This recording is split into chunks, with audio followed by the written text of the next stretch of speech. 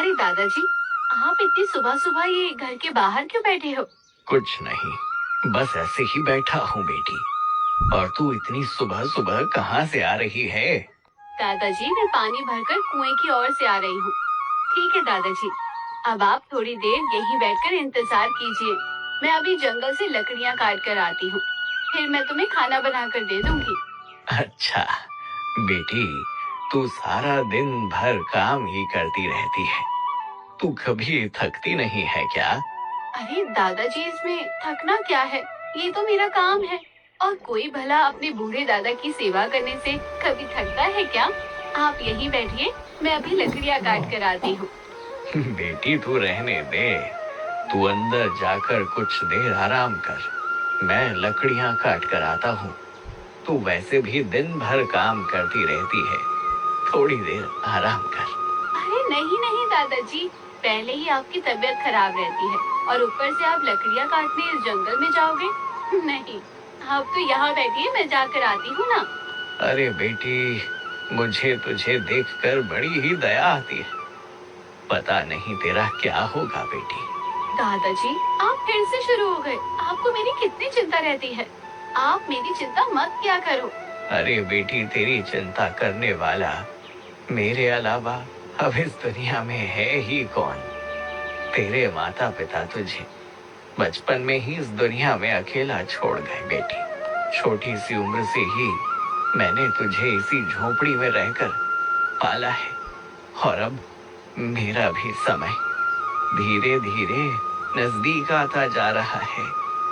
मेरा शरीर भी अब धीरे धीरे मेरा साथ छोड़ रहा है बेटी। अगर मुझे कुछ हो गया तो फिर तेरा क्या होगा बेटी?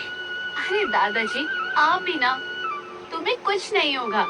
बेटी, काश मैं तेरी शादी एक अच्छे से घर परिवार में कर पाता, जिससे मरने के बाद मेरी आत्मा को शांति भी मिलती। दादाजी, अब बस भी करिए। ज्यादा दुखी होने के कारण आपकी तबीयत और ज्यादा बिगड़ सकती है। आप शांति से यहीं बैठिए, मैं अभी कुछ देर में ही लकड़ियाँ काट कर आती हूँ। मंजरी अपने दादाजी के साथ घने जंगलों के बीच एक छोटी सी कुटिया में रहा करती थी। मंजरी के माता पिता उसे बचपन में ही छोड़ गए, जिस कारण उसे छोटी उम्र से ही अपने दादाजी ने उन्हें पाल कर बड़ा किया। मंजरी के दादाजी की केवल एक ही इच्छा है कि उनके जीते जी काश मंजरी की शादी हो जाती। फिर रात का समय होता है। क्या हुआ दादाजी, इतनी रात हो गई है मगर अभी भी आप सोए नहीं हो, क्या बात है? बेटी, काश मैं तेरी शादी करवा पाता, मुझसे और नहीं रहा जाता है बेटी। अब धीरे धीरे मेरा समय नजदीक आता जा रहा है, पता नहीं मेरे जाने के बाद तेरा क्या होगा बेटी। दादाजी, आप ऐसी अशुभ बातें मत करो। दिन रात आपके ज्यादा दुखी होने के कारण आपकी तबीयत दिन पर दिन बिगड़ती जा रही है, और आप निश्चिंत होकर सो जाइए दादाजी। जब तक बेटी मैं तेरी शादी नहीं कर देता हूँ, तब तक मैं कैसे निश्चिंत होकर सो सकता हूँ? ठीक है दादाजी, अब रात बहुत हो चुकी है, अब आप सो जाएंगे। फिर अगले दिन की सुबह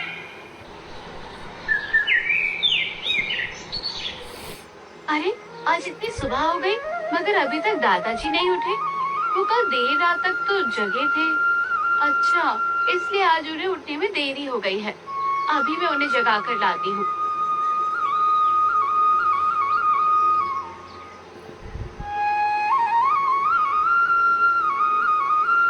दादाजी, ओ दादाजी, दादाजी देखिए, सुबह हो चुकी है, अब तो उठ जाओ दादाजी। मंजरी के बार बार कहने पर मंजरी के दादाजी नहीं उठे, क्योंकि वो मर चुके थे। उनके शरीर में प्राण नहीं रहे। दादाजी, दादाजी उठिए ना। नहीं दादाजी, नहीं, आप मुझे छोड़कर नहीं जा सकते हो दादाजी। उठिए दादाजी, उठिए दादाजी, आपको मेरी कसम है दादाजी, अब तुम्हारे अलावा हमारा इस दुनिया में है ही कौन? अब तुम भी मुझे इस दुनिया से अकेला छोड़कर चले गए। दादाजी उठिए, आपको मेरी कसम है दादाजी। फिर इसी प्रकार पड़ोसी गांव के कुछ निवासी मंजरी के दादाजी का अंतिम संस्कार कर देते हैं।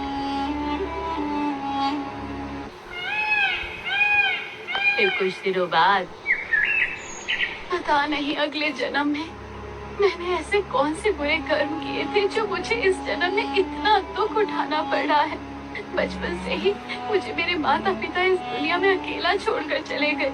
केवल मेरे एक दादाजी थे जिनका मुझे सहारा था, मगर अब वो भी मुझे छोड़कर चले गए। केवल एक मेरे दादाजी थे। अब मुझे इस घने जंगल में अकेले ही रहना पड़ेगा। मुझे तो लगता है मेरे भाग्य में यही लिखा है। फिर इसी प्रकार मंजरी घने जंगलों में अपनी झोपड़ी में अकेली रहने लगी। फिर एक दिन जब मंजरी कुएं पर पानी भरने जा रही थी, तब उस पर एक चुड़ैल की नजर पड़ी। अरे, इतने घने जंगल में इस लड़की को तो मैं यहाँ पहली बार देख रही हूँ। जरूर ये लड़की यहीं आसपास रहती होगी, तभी तो यहाँ पानी भरने आई है। आज मैं इसका पीछा करती हूँ और देखती हूँ ये लड़की कहाँ रहती है। फिर वो चुड़ैल मंजरी का पीछा करते करते उसके घर जा पहुँचती है। आखिरकार मेरा अनुमान बिल्कुल सही है। ये लड़की इसी जंगल में रहती है और मुझे जहाँ तक लगता है कि ये लड़की की इस कुटिया में ये अकेली ही रहती है। अब मुझे कैसे भी करके इस लड़की को अपने वश में करना होगा। वश में करने के बाद मैं इसकी मुंडी मरोड़ दूंगी। और फिर देखते ही देखते वो चुड़ैल एक बुढ़िया का रूप धारण कर लेती है। बेटी, ओ बेटी, बेटी, क्या कोई घर पर है? क्या कोई मेरी आवाज सुन पा रहा है? ओ बेटी, बेटी। चुड़ैल की आवाज सुनकर मंजरी अपने घर से बाहर आती है। क्या हुआ?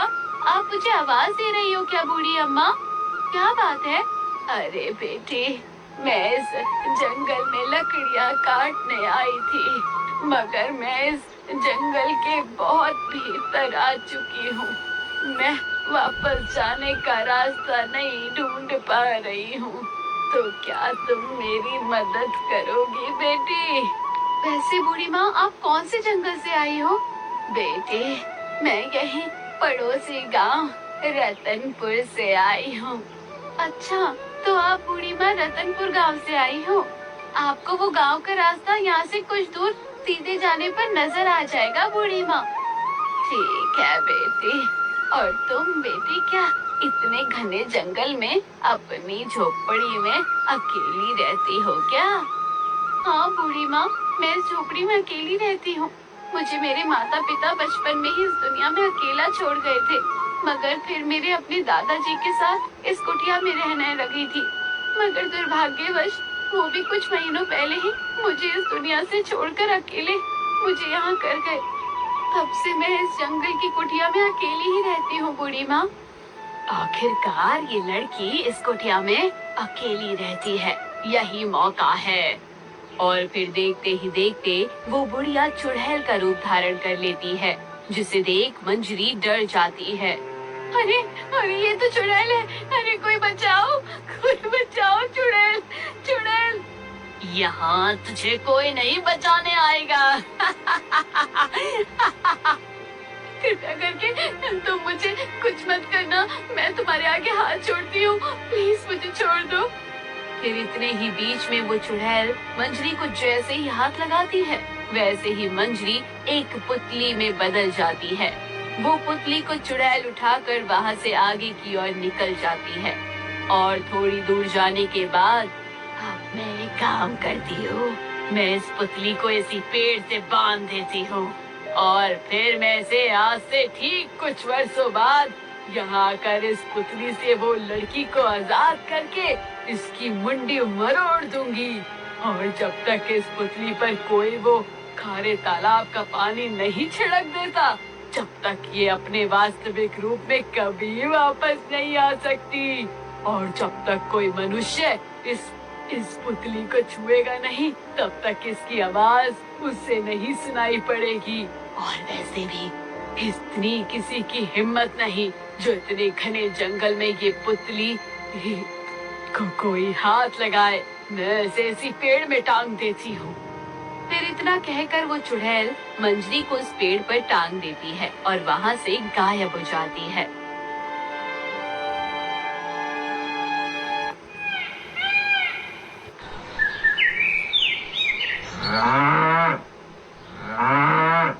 बहू, ओ बहू, अभी तक तुम में से किसी ने गंगा को घास नहीं डाली।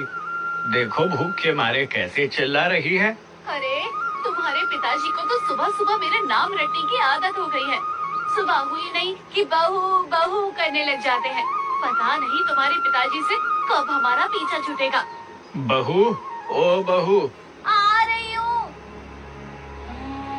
क्या हुआ? क्यों बहू बहू कहकर चिल्ला रहे हो?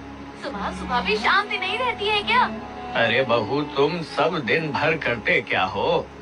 देखो अभी तक हमारी गंगा भूखी, वो बेचारी भूख के कारण चिल्ला रही है। अभी तक तुमने इसे घास क्यों नहीं डाली? अरे जब इतनी गंगा की फिक्र है तो तुम ही घास क्यों नहीं डाल देते हो? अरे बहू, अगर मेरे शरीर में शक्ति होती तो मैं तुमसे कभी भी नहीं कहता। अब मैं बूढ़ा हो गया हूँ। धीरे धीरे मेरा शरीर मेरा साथ छोड़ रहा है। खुद बूढ़े हो गए हो तो इसमें हम क्या करें? तुम हमें इतना परेशान क्यों करते हो? अरे बहू, मैंने तुमसे केवल इतना कहा कि तुम गंगा को घास डाल दो। तुम इसमें मुझे इतनी बातें क्यों सुना रही हो? और हरी कहाँ है? वो अभी सो रहे हैं। क्या इतनी देर तक सो रहा है? क्या हुआ पिताजी? तुम सुबह सुबह सुशीला पर गुस्सा क्यों कर रहे हो? अरे बेटा, मैं कहाँ गुस्सा हो रहा हूँ। मैं तो बहू से केवल इतना कह रहा हूँ कि गंगा को घास डाल दे। वो बातें कर रही है। वो बातें कर ही रहे होते हैं तब वहाँ हरिया बाबा का छोटा बेटा रामू आता है। अरे पिताजी, आप ये बाहर क्यों बैठे हो? अरे बेटा, तू इतनी सुबह सुबह कहाँ गया था? अरे पिताजी, मैं गंगा के लिए खेत से घास लाने गया था। अरे अरे, तुम्हें बिल्कुल भी शर्म नहीं आती है क्या? रामू से काम करवाते हुए इस बेचारे को एक आंख से कुछ नहीं दिखता है। अगर इसे कुछ हो गया तो? अपने छोटे बेटे को लेकर पिताजी को कुछ ज्यादा ही फिक्र है। अरे पिताजी, अगर ये थोड़ा काम कर लेगा तो क्या बीमार हो जाएगा?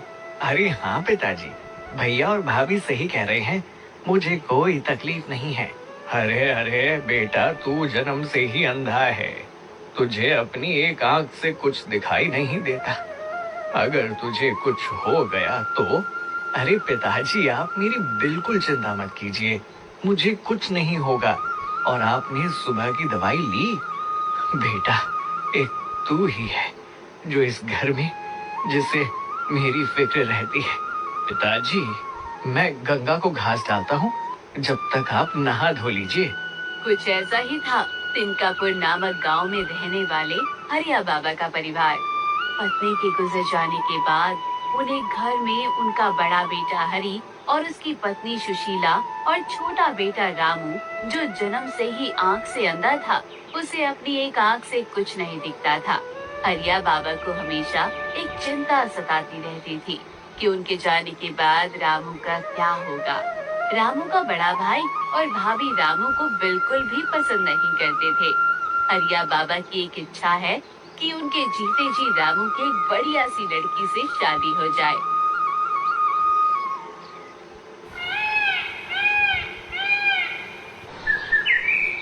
फिर एक दिन हरिया बाबा रघुनाथ के घर जाते हैं। ओ हरिया बाबा, आज मेरे घर की ओर कैसे आना हुआ? रघुनाथ, मैं तुम्हारे पास मेरे बेटे रामू के विवाह के सिलसिले में बात करने आया हूँ। रघुनाथ, मैंने सुना है कि तुम अपनी बेटी की शादी के लिए कोई अच्छा सा घर परिवार ढूंढ रहे हो। हाँ हरिया बाबा, मैं अपनी बेटी के लिए एक अच्छा सा घर परिवार ढूंढ रहा हूँ। मुझे अच्छा घर मिलते ही मैं अपनी बेटी गायत्री की शादी कर दूंगा। रघुनाथ, तो मैं ये कह रहा था क्यों ना हम अपनी बरसों पुरानी दोस्ती को रिश्तेदारी में बदल लें? मैं कुछ समझा नहीं हरिया बाबा। अरे रघुनाथ, तुम अपनी बेटी के लिए कोई बढ़िया सा लड़का ढूंढ रहे हो और मैं अपनी बेटे के लिए कोई बढ़िया सी लड़की ढूंढ रहा हूँ। क्यों ना तुम अपनी बेटी की शादी मेरे बेटे रामू से कर दो? क्या रे हरिया बाबा, ये आप क्या कर रहे हो? कहाँ मेरी बेटी रूपवान और कहाँ आपका वो काना बेटा? रघुनाथ, ऐसा मत बोलो। मेरा बेटा है वो। मेरे बेटे में क्या कमी है? क्या कमी है? अरे उसकी कमी पूरा गांव जानता है। वो जन्म से ही काना है। उसे अपनी एक आंख से कुछ दिखाई नहीं देता ना। तो भला मैं अपनी इतनी सुंदर बेटी का ब्याह तुम्हारे बेटे से क्यों करूंगा? ये सोच भी कैसे लिया आपने? रघुनाथ, ऐसी बात नहीं है। भले ही मेरा बेटा एक आंख से अंधा है, मगर देखना तुम, एक दिन मैं अपने बेटे के लिए बहुत सुंदर लड़की ढूंढूंगा जिससे मैं अपने बेटे का विवाह करूंगा।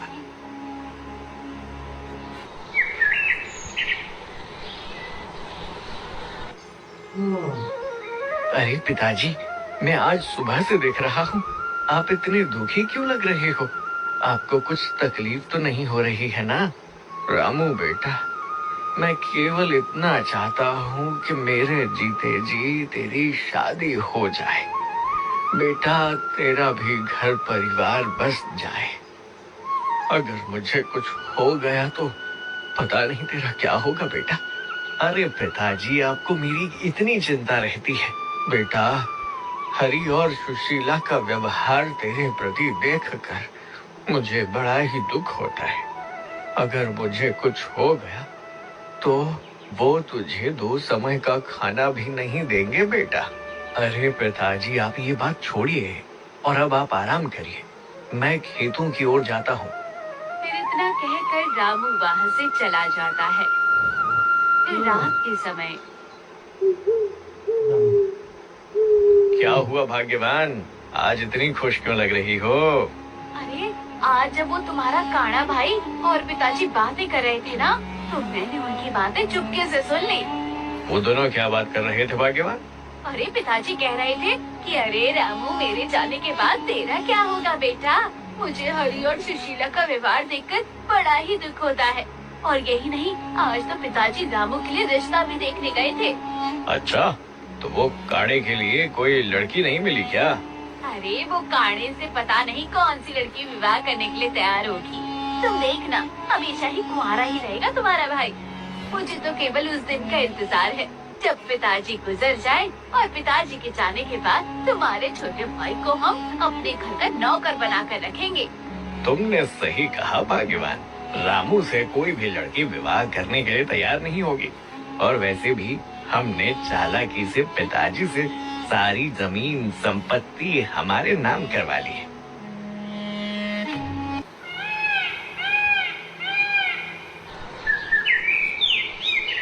अरे पिताजी, आप इतनी सुबह सुबह कहाँ जा रहे हो? अरे बेटा, मैं गंगा को जरा जंगल की ओर चराने लेकर जा रहा हूँ। तू आराम कर। पिताजी, आप रहने दीजिए, मैं गंगा को लेकर जाता हूँ। अरे नहीं बेटा, तू जा, तू तो आराम कर। मैं गंगा को चरा कर आ जाऊंगा। अरे पिताजी, एक बूढ़ा पिता काम करे और बेटा सोए, ये क्या मुझे शोभा देगा? आप रहने दीजिए पिताजी, मैं गंगा को जंगल की ओर लेकर जाता हूँ। आप तो आराम करिए। ठीक है बेटा, जरा संभल कर जाना। फिर इतना कहकर रामू गंगा को लेकर जंगल की ओर चराने के लिए चला जाता है। और जंगल में पहुंचकर गंगा, तू केवल यहीं आसपास ही चलना, ज्यादा दूर मत जाना, जब तक मैं वो पेड़ के नीचे आराम कर रहा हूँ। फिर इतना कहकर रामू वो पेड़ के नीचे आराम करने जा ही रहा होता है कि तभी उसकी नजर पेड़ पर टंगी एक पुतली पर पड़ी। अरे, ये पुतली किसने यहाँ टांगी? ये पुतली दिखने में कितनी अजीब है। और फिर रामू उस पुतली को हिलाने लगा और अचानक से फिर एक आवाज आती है, बचाओ, बचाओ, मेरी मेरी मदद करो, मेरी मदद करो तुम। ये मदद कौन मांग रहा है आसपास? यहाँ तो कोई दिखाई नहीं दे रहा। ये आवाज कहाँ से आ रही है? बचाओ, बचाओ, मेरी मेरी मदद करो, मेरी मदद करो तुम। अरे कौन मदद मांग रहा है? तुम मेरे सामने तो आओ। मैं बोल रही हूँ, तुम मेरी मदद करो, मैं तुम्हारे सामने ही हूँ, कृपा करके तुम मुझे बचा लो। क्या ये आवाज इस पुतली में से आ रही है? अरे भला ये पुतली कैसे बोल सकती है? कहीं ये भूत तो नहीं? अरे नहीं, मैं भूत नहीं हूँ, मैं भी तुम्हारी तरह तारा, एक मनुष्य हूँ, मगर मुझे यहाँ किसी ने कैद करके रखा है, तुम मेरी मदद करो। तुम्हें यहाँ किसने कैद करके रखा है और मैं तुम्हारी क्या मदद कर सकता हूँ? वो सब मैं अभी नहीं बता सकती, तुम केवल वो घने जंगलों के बीच में एक खारे पानी का तालाब है ना, तो तुम तालाब का पानी लाकर मुझ में छिड़क दो, जिससे मैं अपने रूप में आ जाऊंगी। क्या खारे तालाब का पानी लाकर तुम पर छिड़कना है? कृपया करके मेरी मदद कर दो, मैं बहुत तकलीफ में हूँ। ठीक है, आप बिल्कुल चिंता मत करो, मैं अभी तुरंत जाकर वो खारे तालाब से पानी लेकर आता हूँ। फिर इतना कहकर रामू वहाँ से तुरंत ही चला जाता है और कुछ देर चलने के बाद उसे वही तालाब नजर आता है। ये वही तालाब है, वो इस पुतली ने इसी तालाब का पता बताया था। अब मुझे इस तालाब से पानी भरकर तुरंत ही वहाँ पहुँचना होगा। फिर रामू उस तालाब का पानी भर के उस पुतली के पास जाता है और वहाँ पहुँचकर मैं वो खारा पानी लेकर आ गया हूँ। अब ये पानी मुझ पर छिड़क दो। फिर रामू उस पुतली पर पानी छिड़क देता है, जिससे अचानक से वो पुतली एक सुंदर युवती का रूप धारण कर लेती है, जिसे देख रामू चौंक जाता है। तुम्हारा बहुत बहुत शुक्रिया जो तुमने मुझे इस पुतली से मुक्त कर दिया। मगर आपको ये पुतली में किसने छेद किया? और तुम कहाँ रहती हो? तुम्हारा नाम क्या है? मेरा नाम मंजरी है, मैं यहाँ से कुछ दूर एक झोपड़ी में अपने दादाजी के साथ रहा करती थी। मुझे मेरे माता पिता बचपन में ही छोड़ गए। मैं अपने दादाजी के साथ झोपड़ी में रहती थी और कुछ दिनों के बाद मुझे इस दुनिया में मेरे दादाजी भी अकेला छोड़कर चले गए, जिसके बाद मैं पूरे घने जंगल में अपनी झोपड़ी पर अकेली रहा करती थी। फिर एक दिन डायन ने मुझे अपनी झोपड़ी में अकेले देख लिया और वो मुझे अपने वश में कर ली और मुझे इस पुतली में कैद कर दिया। वो डायन ने मुझे कई वर्षों से इस पुतली में कैद करके रखा था। अगर आज तुम मुझे नहीं बचाते तो वो डायन मुझे मार देती। मैं तुम्हारा शुक्रिया किन शब्दों में करूं? अरे शुक्रिया करने की कोई बात नहीं है, किंतु तुम्हें कैसे पता कि उस तालाब के पानी को छिड़कने से तुम अपने वास्तविक रूप में आ जाओगी? वो डायन जब मुझे कैद कर रही थी तब उसने कहा था कि जब कोई उस तालाब का खारा पानी तुम्हारे ऊपर छिड़क देगा तो मैं अपने आप अपने रूप में वापस आ जाऊंगी। मगर तुम्हें इस पुतली में कैद रहते रहते बहुत वर्ष हो चुके थे, तब तुम्हारी किसी ने कोई सहायता नहीं की क्या? नहीं, यहाँ पर बहुत सारे मनुष्य आते जाते थे, मगर उस डायन ने ऐसा जादू कर रखा था कि मैं जो कुछ भी कहती थी वो किसी को सुनाई नहीं देता था। तो फिर मुझे तुम्हारी आवाज कैसे सुनाई दी?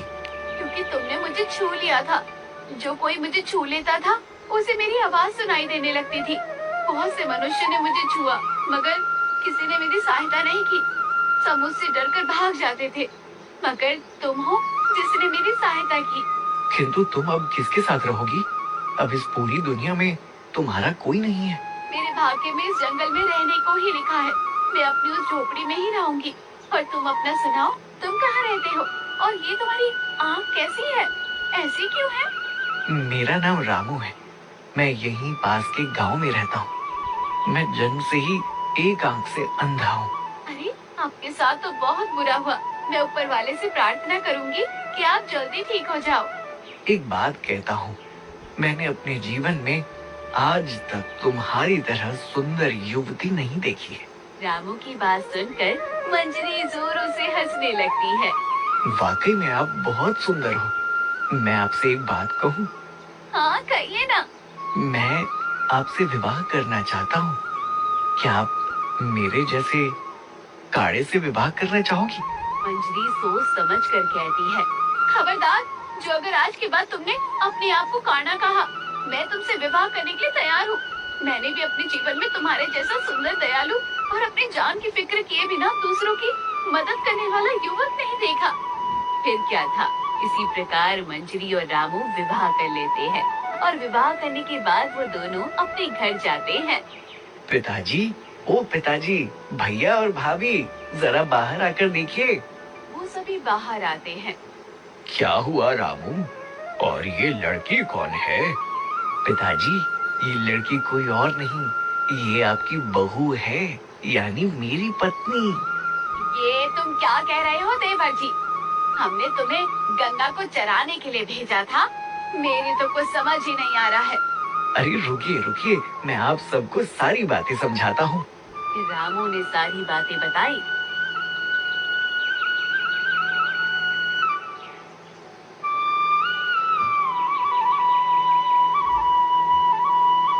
जिसे सुनने के बाद बेटा रामू और बहू, तुम दोनों की जोड़ी तो बड़ी ही प्यारी लग रही है। तुम दोनों को किसी की नजर ना लगे। अरे बड़ी बहू, खड़े खड़े क्या देख रही हो? जाओ घर में तैयारी करो, हमारे घर में हमारी छोटी बहू आई है। खबरदार, अगर गलती से भी इस घर में अपना पैर रखा तो। भाभी, आप ये क्या कह रही हो? मैं सही कह रही हूँ। पता नहीं आपने ये किस चुड़ैल से शादी कर ली है।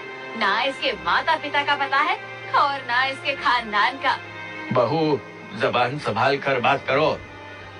ये इस घर की बहू है और भला ये इस घर में क्यों नहीं आएगी? इस घर में जितना तुम दोनों का अधिकार है, उतना ही इन दोनों का भी अधिकार है। पिताजी, मुझे लगता है आप वो बात भूल रहे हो। कौन सी बात? जब आपकी तबीयत बहुत ज्यादा बिगड़ गई थी। बेटा, अब मेरे दिन नजदीक आते जा रहे हैं। मेरे जाने के बाद तुम दोनों मिलकर रहना। आप चिंता मत कीजिए पिताजी। बेटा, अपनी जो कुछ भी जमीन संपत्ति है, वो तुम दोनों भाई। अरे पिताजी, आप सारी जमीन मेरे नाम ही कर दीजिए। रामू को मैं उसकी जमीन का हिस्सा बाद में समझा दूंगा। ठीक है बेटा, ठीक है। कुछ याद आया पिताजी? तुमने खुद ही ने सारी जमीन संपत्ति मेरे नाम करी है। अरे तू ये सही नहीं कर रहा है बेटा।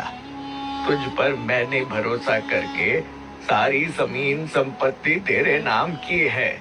पिताजी, न जाने आपने रामू के इलाज में हमारी आधी से ज्यादा संपत्ति बेच दी। इसी प्रकार रामू का हिस्सा उसे मिल चुका है। मगर रहने दीजिए, हम यहाँ से चलते हैं। बेटा रामू, मैं भी तेरे साथ चलूंगा। आज के बाद इस घर में एक पल भी नहीं रहना चाहता हूँ। हाँ हाँ जाइए, वैसे भी तुम्हें रोका भी किसने है? भैया, पिताजी को तो आपके पास रहने दो। नहीं, अगर ये यहाँ मुझे रुकने को कहेगा तो भी मैं यहाँ नहीं रुकूंगा। भैया, मुझे कुछ नहीं चाहिए, ये सब कुछ आप ही रख लो। मुझे केवल गंगा को दे दो। पिताजी ने गंगा को छोटी से ही पाला है। अगर पिताजी के साथ रहेगी तो पिताजी को बहुत अच्छा लगेगा। हाँ हाँ, तुम भी इसे अपने साथ ले जाओ। वैसे भी अब तुम सबके जाने के बाद इसकी देखरेख करेगा भी कौन? फिर इतना कहकर वो सभी वहाँ से चले जाते हैं।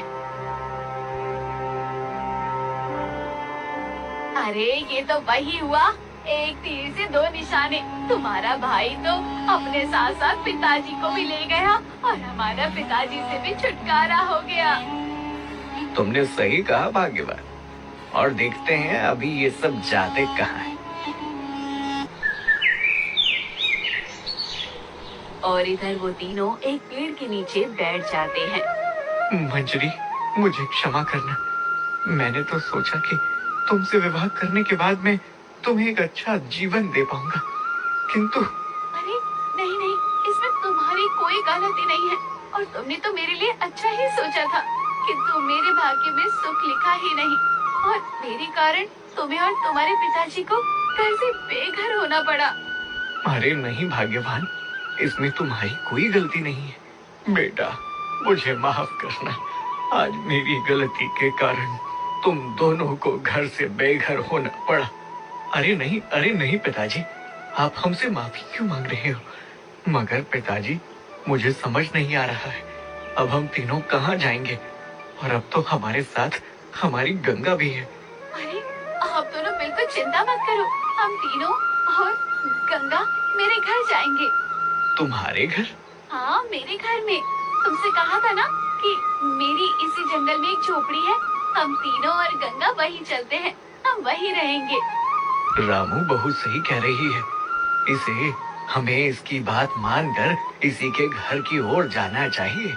ठीक है पिताजी। फिर इतना कहकर वो सभी मंजरी की झोपड़ी की ओर जाने लगे और वो सभी वहाँ पहुँच गए।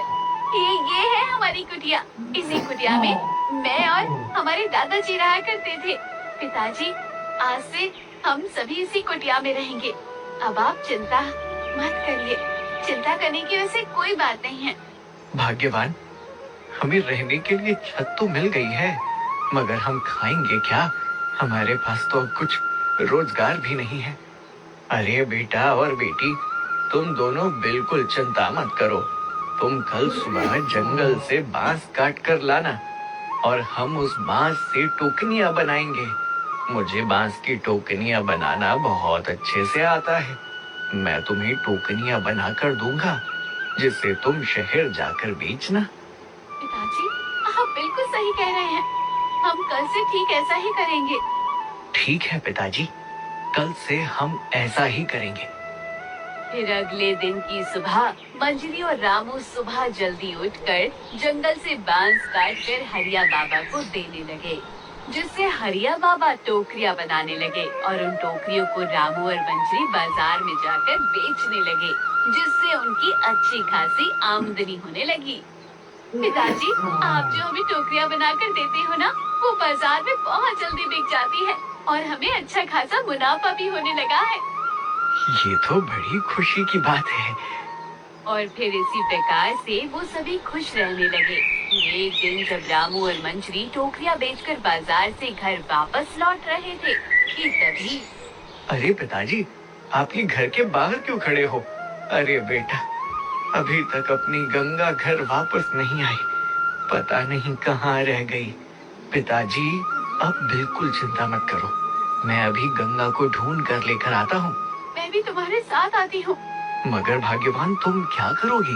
मैं भी गंगा को ढूंढने में तुम्हारी मदद करूँगी। फिर इतना कहकर मंजरी और रामू जंगल की ओर निकल जाते हैं। गंगा, ओ गंगा, पता नहीं ये गंगा कहाँ चली गई। अरे तुम चिंता मत करो, वो यहीं कहीं होगी, जरा आगे और जाकर देखते हैं। रामू और मंजरी जंगल के अंदर जाने लगे। थोड़ी ही दूर चलने के बाद उन्हें एक मूर्ति दिखाई दी। अरे भाग्यवान, ये देखो जरा। अरे ये क्या है?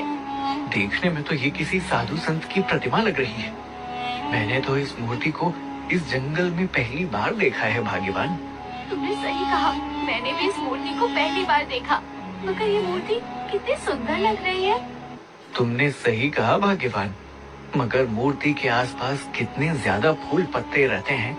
क्यों ना हम इस मूर्ति की सफाई कर दें?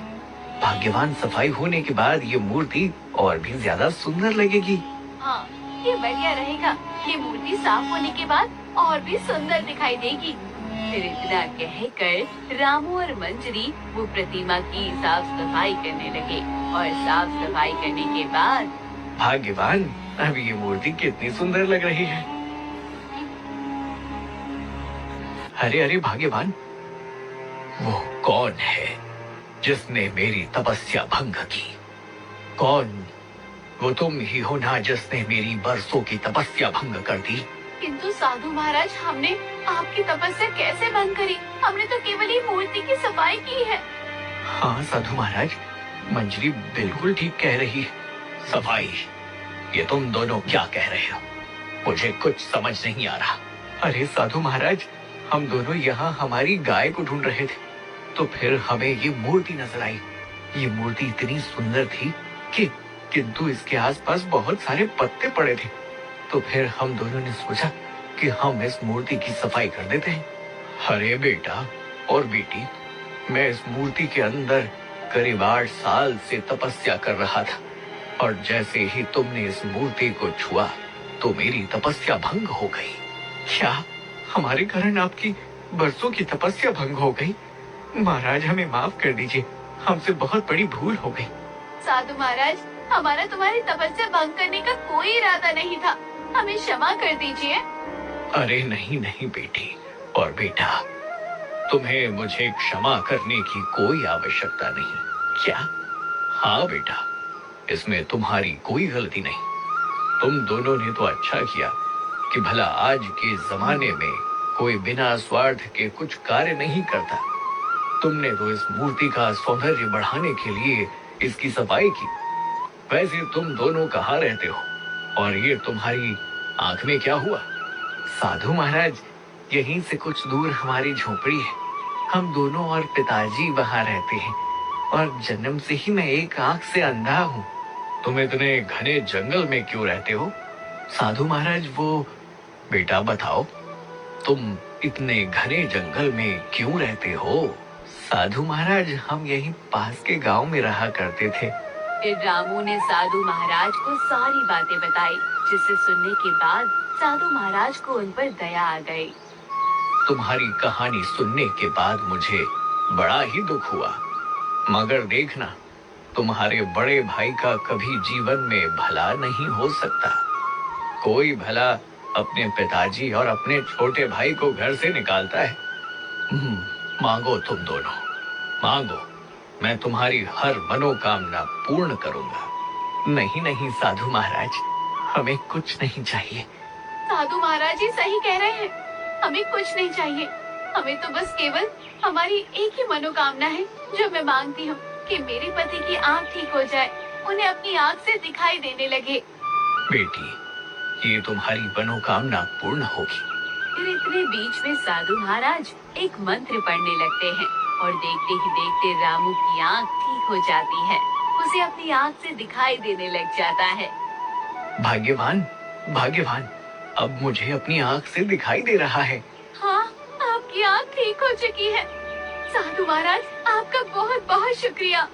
बेटा और बेटी, तुम दोनों की इसके अलावा कोई और दूसरी मनोकामना नहीं है क्या? नहीं साधु महाराज, अब हमारी कोई दूसरी मनोकामना नहीं है। बस मेरे पति की आँख ठीक हो गई, यही मेरे लिए सबसे खुशी की बात है। मुझे अब कुछ भी नहीं चाहिए। भाग्यवान सही कह रही है साधु महाराज। बेटा और बेटी, तुम दोनों का मन बड़ा ही साफ है। मैं तुम्हें कुछ देना चाहता हूँ। फिर साधु महाराज एक मंत्र पढ़ते हैं और देखते ही देखते वहाँ सोने के आभूषणों से भरे मटके आ जाते हैं। ये लो बेटा, ये सभी सोने के आभूषणों से भरे मटके तुम्हारे हैं। क्या ये सभी मटके हमारे हैं साधु महाराज? आपका बहुत बहुत शुक्रिया, किंतु हम ये मटके नहीं रख सकते।